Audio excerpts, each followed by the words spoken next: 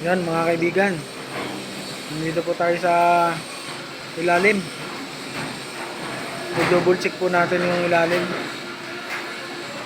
Pinapakramdaman po natin kung may mga tubo na maaring bumigay.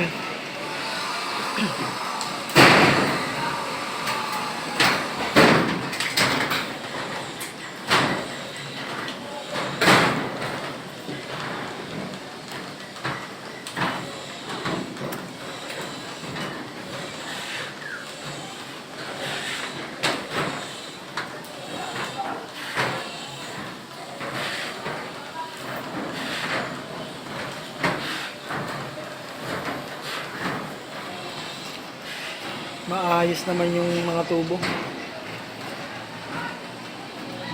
Before po nitong binuhusan ay pinadodulsi ko muna lahat. Pinigpitan ko lahat ng impact